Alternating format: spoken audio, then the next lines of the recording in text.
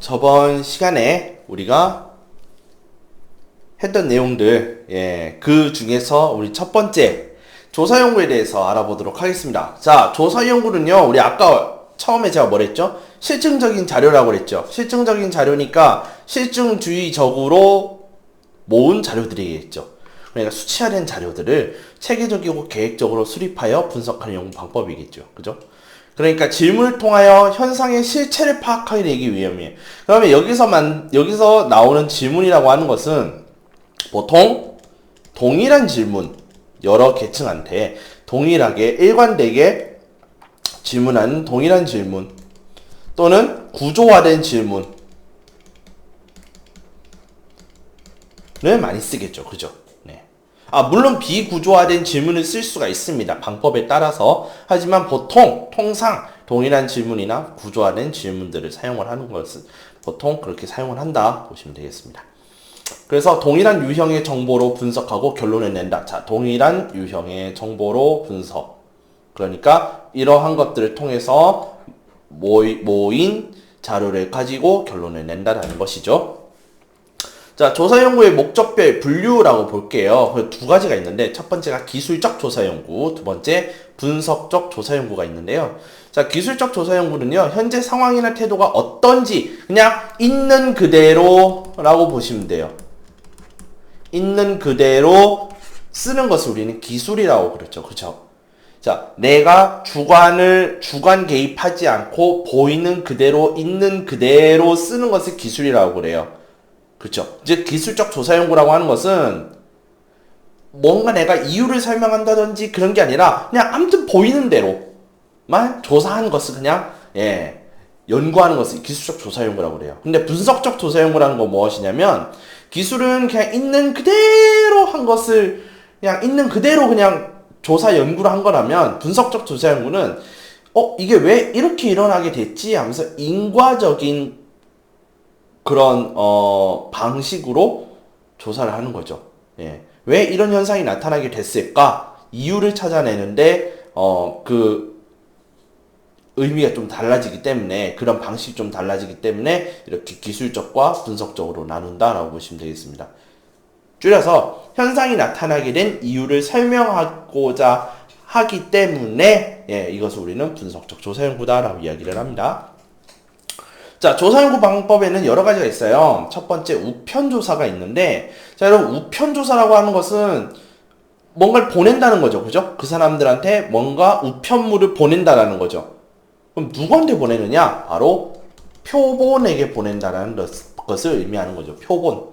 자, 아까 표본이라는 것은 무엇입니까? 모 집단에서 추출된 집단. 그것을 우리 표본 집단이라고 그러잖아. 그 표본 집단들에게 이제 조사를 할 건데, 그때 표본들에게 우편물을 보내어서 그들이 응답하고, 그 응답된 질문지를 뭐 하는 거예요? 다시 연구자한테 보내는 조사가 우편조사예요.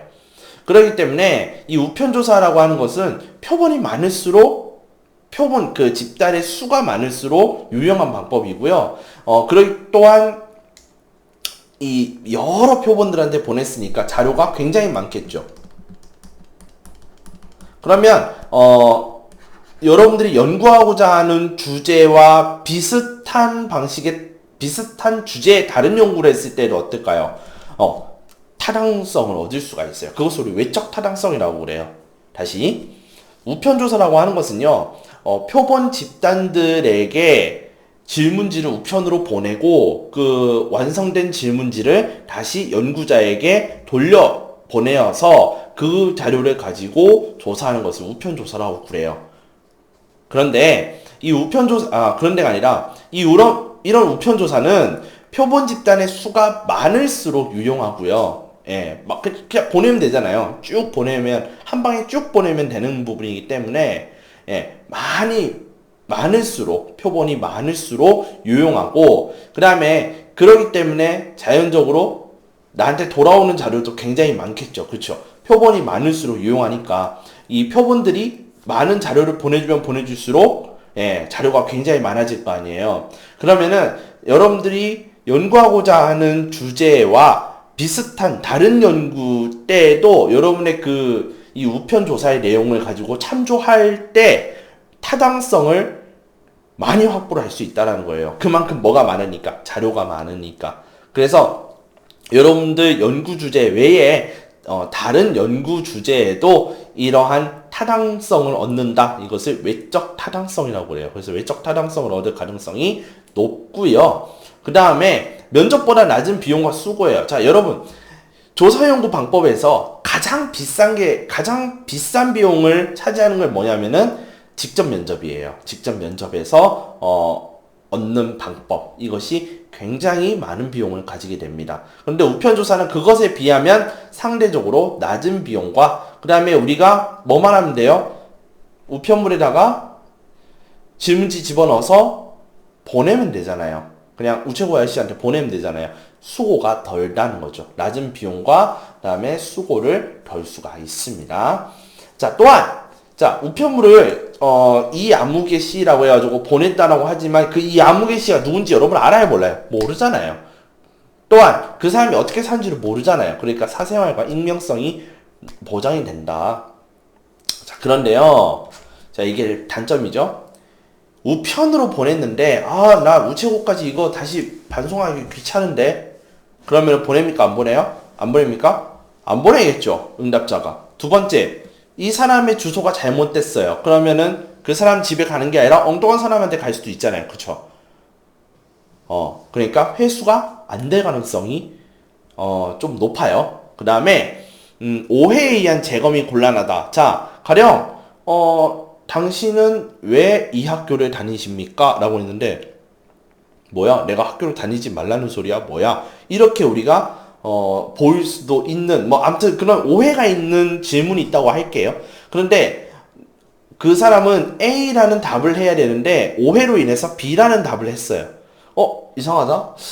보통은 A라는 답이 나올 텐데 왜 B라는 답이 나오지? 혹시 오해한 거 아니야? 그래서 재검을 하려고 우편을 보내면 답이 옵니까? 안 옵니까? 안 올 가능성이 또 있는 거죠. 그러니까 그러니까 오해에 의해서 재검을 하기가 어려워요. 왜냐? 우편조사라는 것 자체가 나도 수고를 좀 하지만은 응답자 입장에서 좀 더 많은 수고를 요구하는 거기 때문에 그러한 재검의 곤란이 있을 수밖에 없다. 또 마지막, 표집 대상자가 직접 했는지 알 수 없죠. 자, 아까 응답자의 사생활과 익명성이 보장되는 것은 장점인데요. 그것 때문에 단점이 발생해요. 제가 직접 눈으로 여러분들을 보지 않는 이상 여러분들이 제 수업을 듣고 있는지 안 듣고 있는지 모르잖아요. 그쵸? 표집 대상자가 직접 했는지 안 했는지 알 수 없어요. 여러분들이 또 매크로를 틀고 계실지도 모르는 거잖아요. 그쵸? 네. 그냥 하는 소리예요. 그러지 마시길 부탁드립니다. 자, 두 번째로 온라인 조사가 있습니다. 자, 온라인 조사에는요, 아까 얘기했지만은 이메일과 인터넷이 있어요. 예. 절대 전화는 온라인 조사 아니다라고 말씀드렸습니다. 자, 이메일 볼게요. 자, 이메일. 많은 질문지를 저렴하고 신속하게 보낼 수 있어요. 자, 이거는요, 가장 저렴해요. 자, 우리 이메일 보내는데 돈 들어가요, 안 들어가요? 안 들어가죠. 자, 아까 우편조사는 비용이 들어갑니까? 안 들어갑니까? 들어가죠. 뭐가 들어가요? 우표값이 들어가잖아요. 그 다음에 사람을 만약에 쓴다. 자, 여러분 혼자서 1000만명치 다 접을 수 있어요? 안 되잖아요. 그죠? 사람 써야 되겠죠. 그렇지만 직접 면접하는 것보다는 어때요? 수고가 덜고 비용이 줄죠. 근데 원래 이메일은 어때요? 그냥 복붙 한 다음에 그냥 뭐예요? 쭉 끌어가지고 뭐합니까? 단체 발송하면 끝나잖아요. 그러니까 많은 질문지를 저렴하고 신속하게 보낼 수 있어요. 그렇죠? 그런 이제 어마어마한 장점이 있지만 단점도 그만큼 치명적이라는 거죠. 무엇이냐? 응답자가 이메일을 활용할 줄 모르면 끝 안 되는 거죠. 그 다음에 마지막, 종이가 아니기 때문에 그 사람들이 뭐예요? 보고 어디다가 기록해 놓은 다음에 이것을 다시 뭐예요? 또 응답 따로 해서 보내야 되잖아요. 예. 자, 우편조사에서는 종이로 되어 있기 때문에 그 종이에다가 바로 체크해서 뭐 하면 됩니까? 다시 그 사람에게 연구자한테 반송하면 되죠. 근데 이거는 미안합니다. 자, 그런데 이메일 같은 경우에는 뭐예요? 종이가 아니잖아요. 그러니까 내가 보면서 따로 체크를 해서 그 다음에 다시 제출 이렇게 해야 될 거 아니에요. 그러한 수고를 응답자가 감당을 해야 돼요. 그러니까 보통은 이제 잘 돼 있는 곳에는 그냥 번호 찍고, 보냄, 이렇게 누르면은 가지만은, 여러분들이 만약에 이런 온라인 조사를 해서 이메일 방식으로 앙케이트를 하시게 되면 어떻게 해야 될까요? 그냥 막 한글처럼 끄적이 그냥 워드 프로세서로 막 되어 있는 거 그냥 그거 그냥 보낼 거 아니에요, 맞죠? 그러면 그거 받는 사람은 어때요? 1번에 몇 번, 2번에 몇 번, 3번에 몇 번 이렇게 따로 체크한 다음에 어떻게 해야 돼요? 그거를 정리해서 보내줘야 되겠죠. 그러니까 그것을 응답자가 감당해야 된다라는 문제점이 있어요. 자, 그다음 두 번째 인터넷이에요. 인터넷. 자, 응답 독촉이 용이하고 비용이 저렴하다. 자, 이메일하고 비슷해요. 비용이 거의 들지 않아요. 그리고 응답 독촉. 좀 빨리 응답을 해주세요. 내일까지 응답해주세요. 라고 이야기하기가 편해요. 예, 왜냐하면 인터넷이라는 것은 많은 사람들이 사용을 하고 있고, 그 다음에 접근성이 대단히 좋기 때문에, 반대로 연구자가 대상자들에게 응답을 부탁하기가 쉽다라는 거예요. 방법적인 측면에서. 또, 응답자들도 역시 내가 오늘 보냈다라고 해서 이 사람들이, 오늘 나 시간 안 되는데, 오늘 응답 안 되는데, 그렇지만 내일은 할 수 있잖아. 그럼 내일 읽고 바로 응답할 수가 있는 거죠. 내가 원하는 시간대에 가능하다. 그런데요, 역시나 단점이 그만큼 존재하죠. 인터넷을 사용할 줄 모르는, 사실 이제 우리 훗날 노령층들은 이제 인터넷도 사용할 줄 아는 노령층이 되겠지만, 지금의 노령층은 그렇지 않잖아요. 인터넷을 사용할 줄 알아야 하고요. 그 다음에, 상대적으로 노령층들에 대한 그런 반응은 그만큼 줄어들겠죠. 그죠? 두 번째로 응답률과 회수율이 상대적으로 낮다. 자, 인터넷이 여러분들 인터넷을 사용하는 이유가 나 친구랑 연락하기 위해서, 두 번째 내가 원하는 정보를 얻기 위해서죠. 근데 이 두 가지의 목적이 아닌 그냥 나 오늘 앙케이트 조사인데 오늘 이거 해야지 라고 하면서 인터넷 들어가시는 분 계세요? 거의 없다라는 거예요. 그렇기 때문에 뭐야? 하면서 대충 넘긴다든지 아니면 그냥 백스페이스하고 그냥 다른 거 들어간다든지 그냥 안 해버리면 그만인 거예요. 안 한다고 처벌받는 건 아니잖아요. 그죠? 그러니까 응답률과 회수율이 낮다라는 것을 알 수가 있죠. 그 다음에 개인정보 보호, 요즘에 되게 중요하잖아요. 이 개인정보 보호, 그러니까 보안이라는 게 제대로 안 돼 있으면은 이 앙케이트 조사하는 가운데서 개인정보가 유출이 될 수가 있어요. 해킹 당하면. 그쵸? 이게 치명적인 단점이라는 겁니다. 자, 그럼 세 번째, 조사 연구 방법의 큰 방법, 세 번째, 면접조사가 있어요. 자, 면접조사에 우리가 전화가 들어간다고 말씀을 드렸습니다. 이거 중요해요. 자, 면접조사는 개별 면접이 있는데, 개별 면접과 전화 면접, 이렇게 있는데, 자, 개별 면접이 여러분들 직접 보는 면접이라고 생각하시면 돼요. 직접적으로. 자, 직접 보는 면접이기 때문에, 여러분들과 직접 본다는 거잖아요. 등교 계약을 해서 여러분들과 직접 보는 거. 다양한 내용을 자세하게 조사 가능하죠. 왜? 여러분들과 저와 이렇게 같이 1대1로 본다든지 또는 1대 다로 보고 있으니까 그때그때마다 여러분들에게 제가 질문을 던지면은 답을 해주시겠죠. 그죠? 해주실 거죠? 네. 그렇기 때문에 또한 제가 물어보고 싶은 것들이 있다면 즉석에서 물어보면 바로 오잖아요. 그러면 연구 주제와 조금 상관이 없을지라도 어때요? 답이 바로 온다는 거예요. 다양한 내용을 그것도 심층적으로 조사가 가능한 방법이 바로 개별 면접법이에요. 됐나요? 또 직접 보면서 하기 때문에 아니야 내가 질문한 게 이게 아니고 이렇게 얘기할 수가 있단 말이에요. 오해의 여지가 상대적으로 낮아요. 그런데 뭐가 문제가 되느냐? 시간과 비용이 많이 들죠. 그죠? 네, 시간과 비용이 많이 들어갑니다. 그렇기 때문에 제가 아까는 우리가 이제 학교에서 얘기를 했지만은, 자, 학교가 아니라 밖에서 또는 제가 일일이 찾아다니면서 몇 시에 누구를 만나서 이야기를 한다. 그럼 내가 그 이동하는 시간도 있을 것이고 거기서 또 이동을 하고 또 어떤 사람은 우리 집은 안 되는데요. 나가서 만날까요? 그럼 나가서 만나죠. 그러면 어디서 만나겠습니까? 커피집에서 만나겠죠. 그럼 커피집에서 만나. 그러면 커피집에서 그냥 인터뷰만 하고 가요? 아니죠. 커피 사 먹어야 될 거 아니에요. 그러면 돈 또 들어가죠. 그죠? 등등등등 여러 가지 시간과 비용이 많이 들어갑니다. 그죠? 예, 가장 그 대가를 많이 치러야 되는 방법이에요. 자, 전화 면접 볼게요. 자, 급하게 조사하거나 질문 내용이 비교적 짧을 때 유용하다. 자, 여러분 1시간, 2시간 동안 전화를 붙들고 있을 수 있는 사람이 누구나 얼마나 있을까요? 우리가 객관적으로 얘기했을 때 여러분들의 남자친구, 여자친구 또는 여러분들한테 겁나 친한 친구들 있죠. 예, 이분들하고 전화 통화하면은 2시간, 3시간씩 할 수 있어요. 그죠? 그런데, 안녕하십니까? 어떤, 앙케이트 조사에서 연락을 드렸는데요. 하면서 3시간 동안 만약에 면접을 한다. 그럼 여러분들 이 전화 3시간 동안 하시겠어요? 예, 3분 하다가 끊어버리겠죠. 그죠? 고객님? 하면서 뚜뚜뚜 하겠죠. 그죠? 안 된단 말이죠. 그래서 급하게 조사하거나 질문 내용이 짧을 때 이런 전화 면접을 쓰는 것이 유리하다 보시면 됩니다. 또, 직접 면접보다 비용이 낮아요. 자, 아까 얘기했죠. 개별 면접. 단순히 우리가 면대면으로 보는 것보다는 어때요? 비용도 낮고 시간도 절약이 되죠. 됐죠? 또 전화를 받았다면은 반드시 응답이 오겠죠. 응답률이 높죠. 됐나요? 예.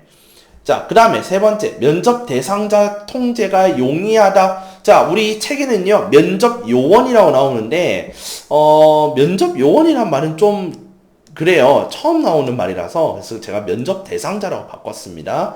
그러니까, 지금 전화 받고 있는 사람에 대한 통제가 용이해요. 아, 고객님 끊지 마시고요. 부탁드릴게요. 끊지 마세요. 이러면은 잘 안 끊게 되겠죠. 아닌가요? 예. 전 그런 말을 할 때마다 쉽게 끊으면 안 되겠다 이런 생각이 드는데 아무튼 면접 대상자 통제가 용이하고 또는 면접 요원이라고 한다는 것은 어떤 측면으로 봤을 때 내가 만약에 직접 전화를 하는 사람이 아니면은 어때요? 전화를 거는 사람들을 그러니까 나 대신 전화 걸어주는 사람들 있죠. 그 사람들에 대한 통제가 용이하다라고도 볼 수가 있겠죠. 그죠? 그 다음에 일관되고 정확한 자료를 수집할 수가 있다. 자, 어떤 사람들한테 맡기든지 간에 제가 어떤 대본을 주는 거야. 정해진 질문. 그러니까 이 질문만 해. 요렇게 하면서 면접 요원들한테 이런 정해진 질문을 주면 되죠. 그러면 그것만 가지고 수집하면 되니까 일관되고 정확한 자료가 수집이 가능하게 되는 거죠. 굳이 내가 아니라더라도 다른 사람들한테 정해진 질문을 가지고 이것만 가지고 설문하세요라고 하면은 가능하겠죠. 그죠? 또 선입견에 따른 오류를 줄일 수 있어요. 예, 대면 면접과 그러니까 앞에는 대면 면접이잖아요. 이거는 비대면 면접이기는 하지만 어때요? 우리가 전화 통화를 통해서 이야기할 수가 있죠. 사실 이 수업의 가장 큰 문제점이 뭐예요? 여러분들이 오해를 하셨을 때 질문하지 않으면은 제가 모른다는 거, 그죠? 예. 혹시나 여러분들 질문사항이 있으시면 저한테 언제든지 이메일이나 또는 EBS 온라인에다가 올려주시면 제가 답변을 해드립니다.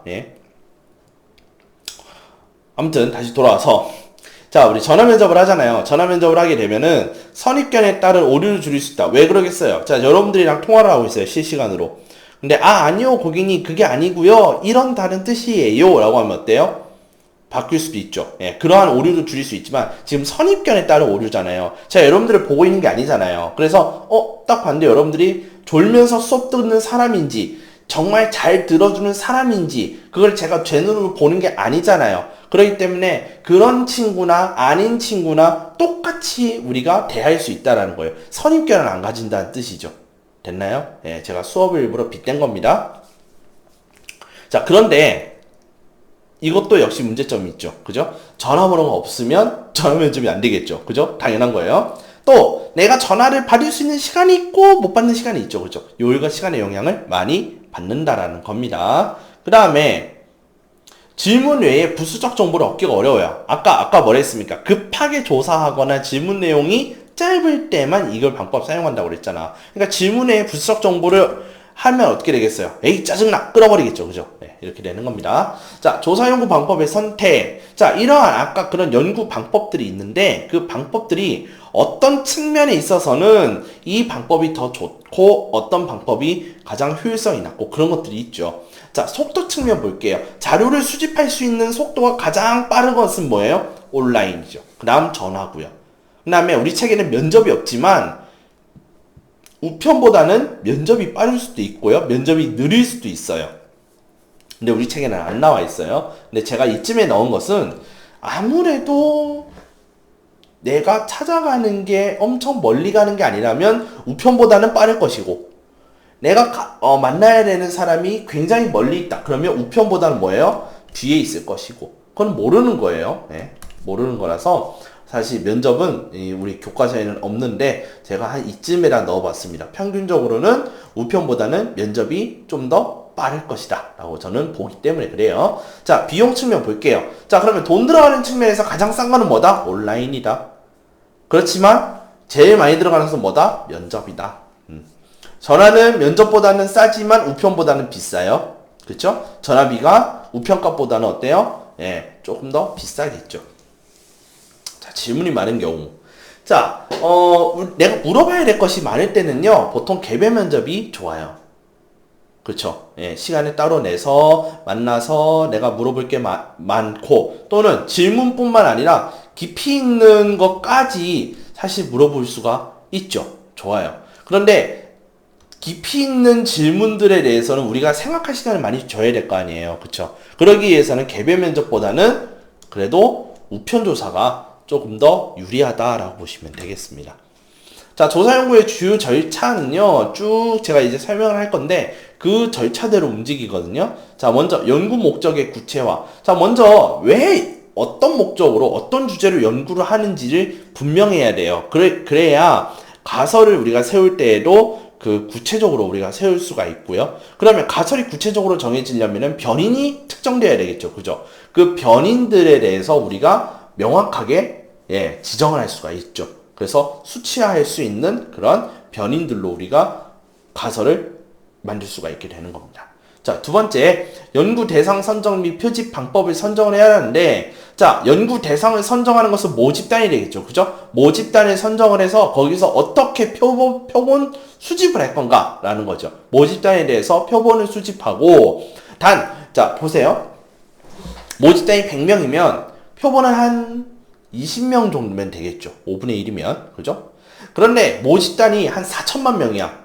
그죠? 그러면 1000만 명을 할 수가 없잖아요. 그죠? 그래도 뭐 한 2, 3만 명 정도는 표집을 하면은 되겠다. 자, 그러면 모집단이 크면 클수록 또 이게 표본 수집하려고자 하는 방법이 많은 사람들에게 뿌리면 뿌릴수록 표본의 규모는 어떨까요?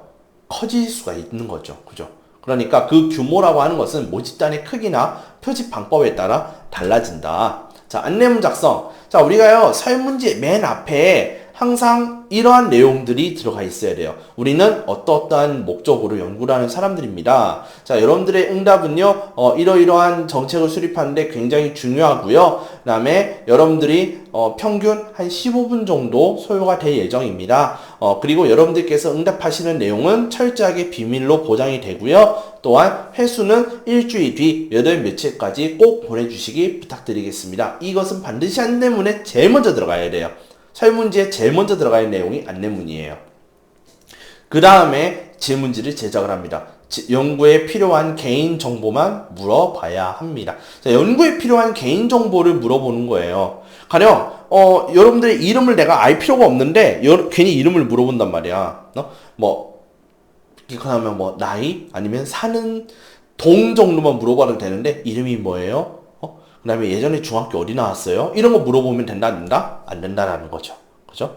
네, 이거는 개인정보 유출과 관련된 문제이기 때문에 정말 조심하셔야 됩니다. 자, 그럼 사전검사 실시. 자, 질문지를 만들어서요, 사람들한테 다 뿌리기 전에 표본 중에서도 일부한테만 먼저, 이런 검사를 좀 해봐요. 그러니까 맛배기를 해보는 거죠. 쉽게 얘기하면 맛보기로 먼저 한 몇십 명 정도한테만 이 사전 검사를 실시를 해서 했더니 요 질문에 대해서는 오해가 심하더라. 그러면 그 문항 부분만 뭐 하면 되겠어요? 빼거나 수정을 하면 되겠죠. 그죠? 질문지 분석 및 수정입니다.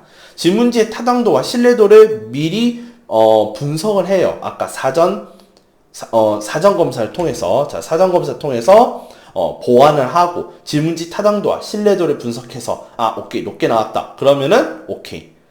그런데, 이 타당도와 신뢰도의, 훼손에 가할 수 있는 문항이 있으면 이것은 뭐 해야 돼요? 빼거나 아니면은 맞게 수정을 하셔야 되는 거예요. 그 작업을 한 다음에 뭐냐면 바로 본검사를 들어가는 겁니다. 표본 추출을 해서 이 표본들한테 검사를 하는 거죠. 대표성을 가진 표본을 추출해야 되는데 이거 되게 중요합니다. 그 다음 질문지를 발송을 하죠. 이게 본검사죠. 자, 이거는 이제 우편 발송, 그죠? 우편 검사.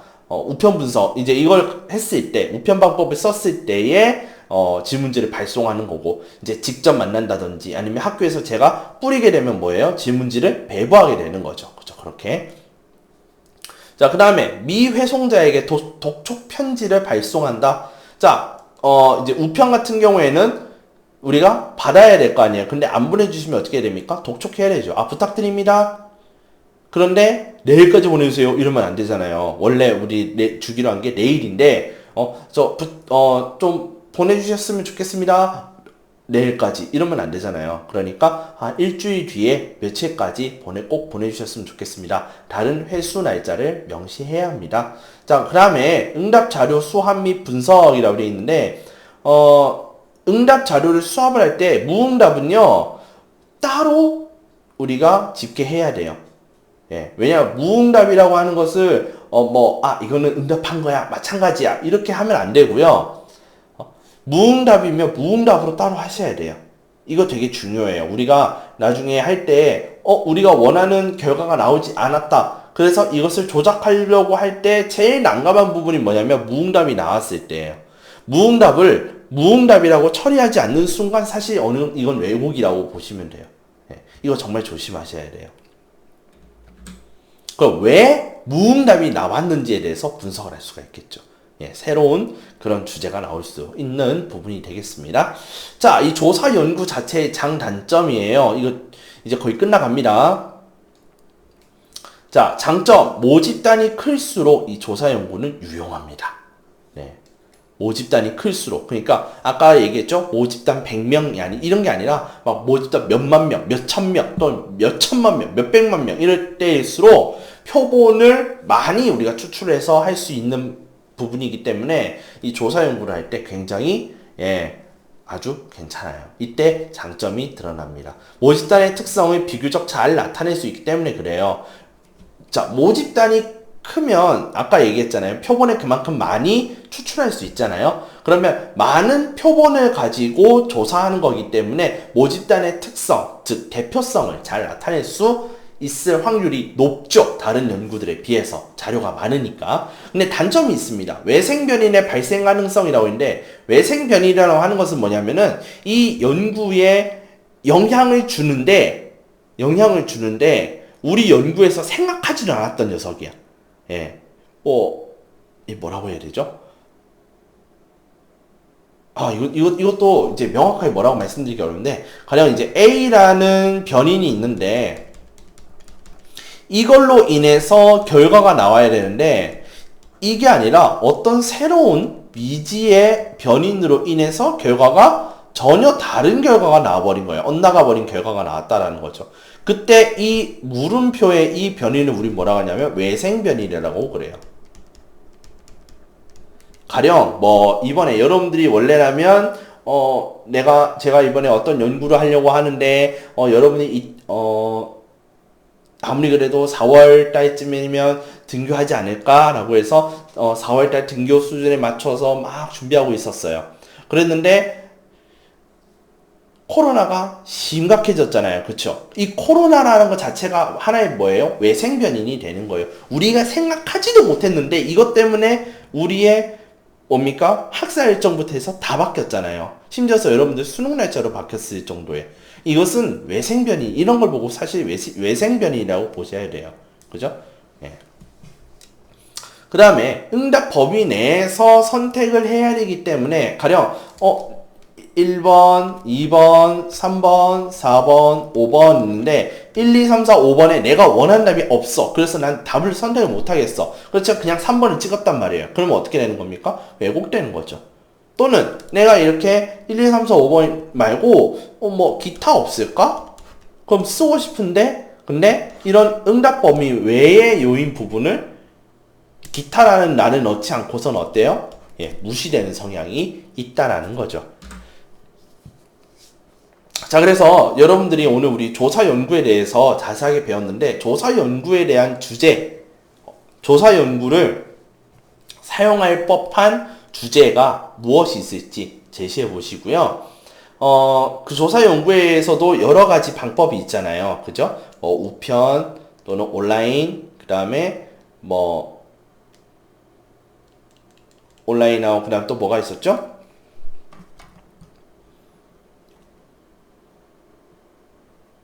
자, 면접 조사. 그죠? 온라인 조사, 자, 우편 조사, 온라인 조사, 그 다음에 면접 조사. 이렇게 있다고 말씀을 드렸습니다. 그죠? 네. 요런 방법 중에 어떤 방법으로 자료를 어떻게 수집을 하고 싶으신지, 그 자료 수집할 건지, 써보셨으면 좋겠습니다. 자, 그러면 우리는 다음 시간에, 문헌 연구 때 다시 뵙겠습니다.